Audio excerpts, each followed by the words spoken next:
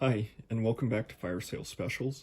I want to do the first part of a series for the 1996 Magic Pro Tour, and we're starting off with the 8th place finisher, Eric Tam, and this deck we'll just take a look at. So a little background, at the time, this Pro Tour, you needed to use at least minimum 5 cards from each of the latest sets. So 4th edition, Ice Age, Homelands, Fallen Empires, and Chronicles. So you'll see a little bit of weird deck construction because of that and decisions made, but it created for some interesting dynamics. So as we go through, I'll kind of point out a few things on each deck, but I figured we would get started with the sorceries and instants. So right here is the Acacian Town, and this is just kind of a standard token generator. So 6 mana, not anything great today, and even back then it was a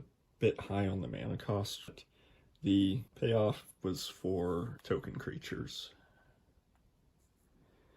Each of these decks ran numerous artifacts throughout, so there are 1, 2, 3, 4 disenchants. So pretty standard. For removal, Swords to Plowshares was pretty much the white card to run. But this deck only ran 3 in the main deck. We'll see 1 more in the sideboard.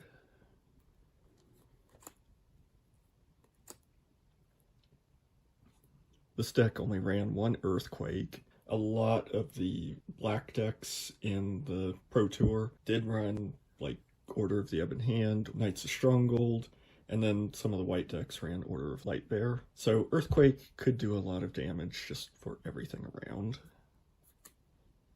There were 2 copies of Fireball. This one kind of offered a way of a finisher for games. It also could target some of those smaller creatures and get multiples out of it. So it ran 2. Weirdly, only 1 lightning bolt here, but I think some of that came from the next card, Incinerate, filling the Ice Age requirements for the deck. But it ran 2 of those. Then any deck that ran white had to run Wrath of God. It was really the only way to deal with stuff like Autumn Willow, Ischen Shade, and if the number of Urnums got in the way, it could wipe them out too. It was your standard and best, well, maybe best board wipe. Because then we get to balance. So balance was restricted. There was only 1 available, but you could do some neat things with it. If you had some of your mana rocks or smaller mana producing creatures like Birds of Paradise or Llanowar Elves, you could sacrifice all your lands to Zuran Orb. Wouldn't be outside the norm, considering a lot of Urnum-Geddon was played during this.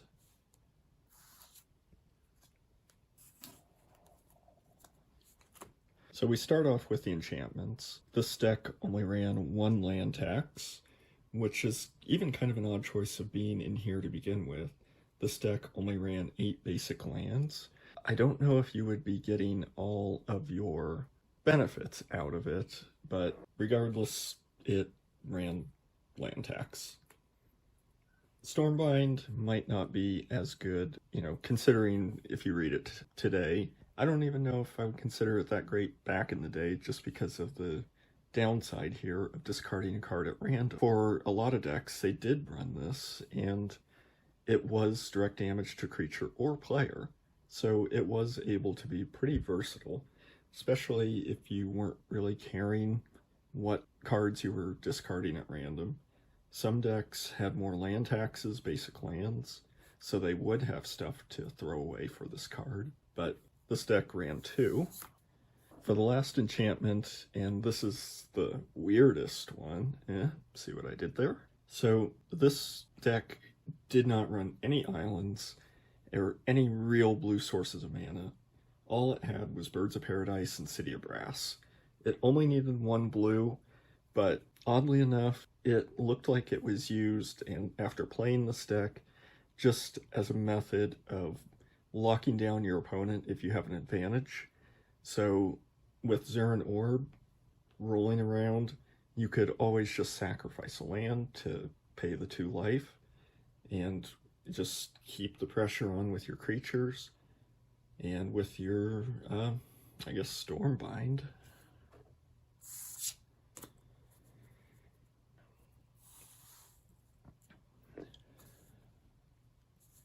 Tam's deck was kind of light on artifacts considering some of the other decks that were in the field. So Jameday Tome was your card drawing power here.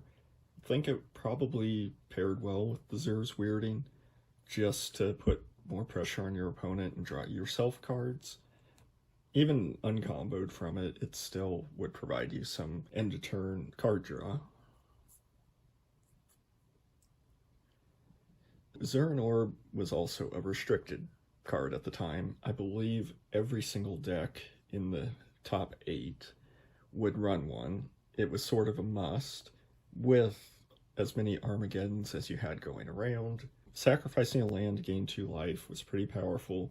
It stretched out the game, allowed a bit more control, and just gave the opportunity to make a play. So, very important card, paired with balance, great. Icy Manipulator was still very powerful back in the day. So right here, tapping an artifact, creature, or land, really a big thing, because you have a way of locking down a Serra Angel. I mean, you have this out while Zur's Weirding is out, and you probably can get your stuff through and get some extra damage in while you're waiting. So, 3 of those.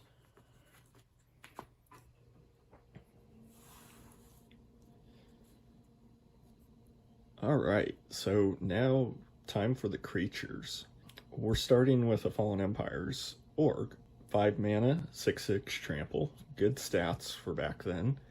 But this downside of needing your opponent to have either creatures with power 2 or less just to do anything with him seems like a huge drawback, but really in this field it might have been a stroke of genius, because 2 of the decks didn't run any creatures at all.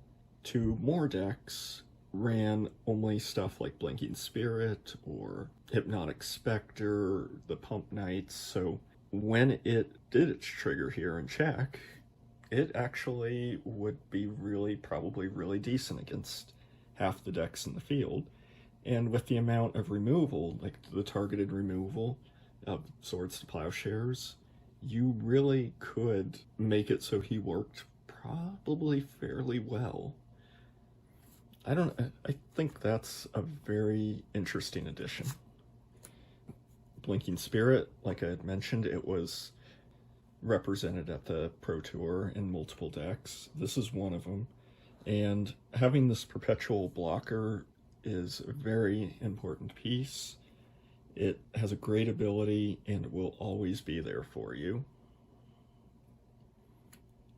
Serra Angel, only 1 copy was run here, and honestly, I would take this over the Org just for the 5 mana, 4/4 flying. There weren't too many flying creatures to deal with. You had Birds of Paradise you would see, Hypnotic Specters, and then, Sengir Vampire, I think, would be the only other option. So more often than not, Serra Angel would be getting through. So, but only 1 copy. Now, Autumn Willow. Here is one of the probably best cards in the Pro Tour. It comes from Homelands, but still, she is a beast here. 6 mana, 4/4, but the ability to not be targeted by spells or any other effects. So, no Icy Manipulators, no direct damage, no swords, nothing else could touch her. And being 4/4, dealing with her was very problematic. Some of the control decks, control magic, couldn't touch her. So, really, just only 1 was run, but the powerhouse. Speaking of powerhouses, Urnum a 4 mana 4/5 with, I guess you can call it downside, because giving your opponent's creatures Forest Walk means nothing when this deck doesn't run any basic forest. It gets its green mana through Pain Lands, Birds of Paradise, potentially Fellwar Stones, so getting it out was not a problem, especially with 1 green mana. The 4/5 meant he was just harder to take down. This is something that could take Autumn Willow down, it could take most Pump Knights, unless your opponent had a lot of mana. This guy, there's a reason this was run a lot and why there were 4 in here.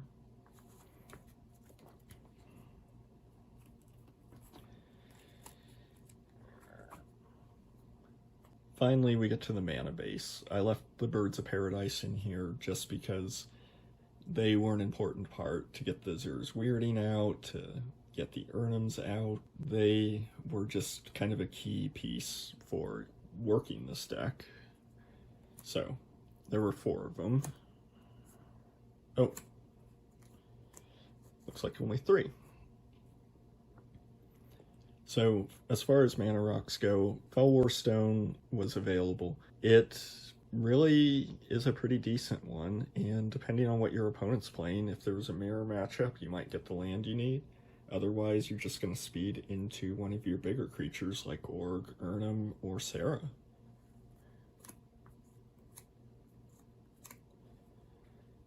I think Mishra's Factory was one of the other most common. I think throughout all of them, we're talking double digits with every other deck playing them. This deck only runs 2, but it is still a land that can provide a 2/2 creature early on until you get your bigger stuff and you're stabilized, so it worked very good early game. City of Brass, here is one of your ways of getting your Urnums, or one of your only sources of blue mana for Zur's Weirding.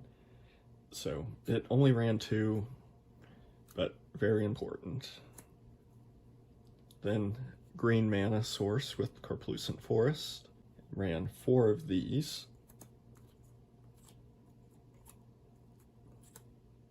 And Brushland, it provides you a green source of mana without having to run forest and giving your Urnums a downside. So Tam was kind of smart here and went in a different direction to minimize all of the downside to that powerful card that you ran a bunch of. And then, like I said when I was talking about land tax, there are only 4 plains and 4 mountains in here. Just, that's it for basics.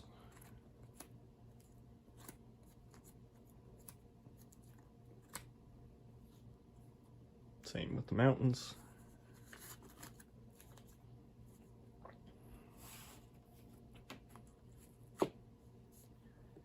And then finally, we're going to just take a quick look at the sideboard here. So, filling in some of those 5 cards needed for homelands. Another interesting choice, and not the only deck to run it, really. So, the Apocalypse Chime. It sacrifices to bury all cards from homelands. Not that many people are running homelands, but, like I was talking about, Autumn Willow was really hard to deal with. This is a targeted way to deal with her, especially the Ishan Shade. And if you really want to consider it, some decks were running Spectral Bears, 3/3, but only attack every other turn unless you're playing black. But it had its uses. Even Serrated Arrows was susceptible to it. So, not the weirdest thing to add. A Disrupting Scepter, if you want more of a control element and to lock your opponents down a bit more. Not a bad choice, but only ran 1 of them too. Another Autumn Willow here, just to give you a little bit more of that goodness that she brings to the table. Ring of Renewal, it's a Fallen Empires card. I don't know if I would necessarily run it, just because it costs so much, and it costs so much to activate. You do get 2 cards out of the deal, and I guess if you don't care about discarding stuff at random, like with Stormbind, it does give you that card advantage you might need. Nevinyrral's Disc. So this was your reset button. This was going to destroy everything. You have to let it be around for a turn, which in this environment might have been really difficult. You have Divine Offering and Disenchants in every white deck. This was also a way to slow down and deal with Necro, which was becoming very big at this time. So it kind of was necessary to be a sideboard card here. Speaking of Divine Offering, here's just another way of filling that gap for more artifact destruction. Like I said, some decks did not run really any creatures, so they made it up for artifacts, and Mishra's Factories were in those decks, so this is a way of dealing with them as well. So having extra artifact destruction was pretty good.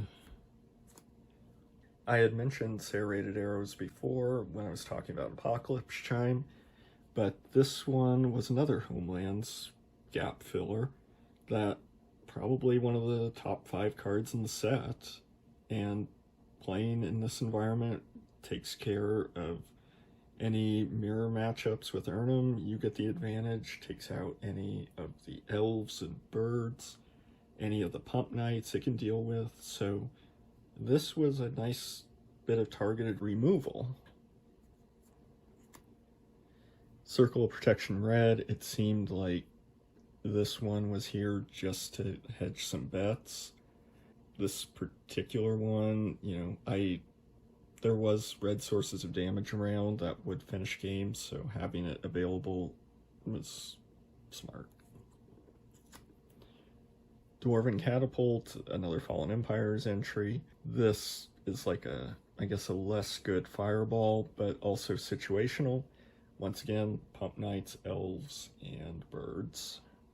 Nice way of dealing with all of those. I am honestly a little confused by the addition of Energy Storm in the sideboard. I suppose in matchups against the red decks, that's what they were worried about, or being able to deal with anything that was flying. But it's odd because if you had a flying creature, you're either getting Sengir or Sarah you need to worry about, and this doesn't hit Sarah. So it's only really useful if you can get yours on the table and just keep it around with that cumulative upkeep. So probably another situational card since there's only one of them in the deck. And I am most baffled by reverse damage. One of these in the sideboard doesn't seem like it has much of a use at all.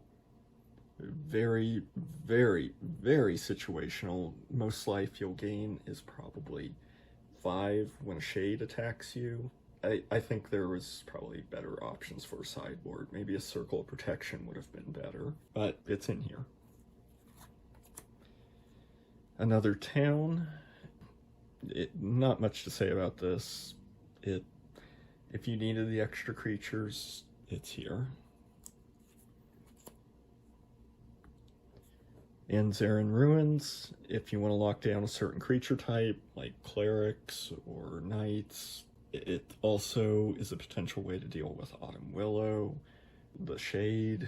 Yeah, it's not a bad addition. It's another Homelands. Still like it better than reverse damage. And finally, one last Swords. Yeah, best removal spell in the game, and definitely needed a 4th ready and available. So I want to thank you for watching. I hope to have some other videos up on the other decks from this Pro Tour, and thank you for watching.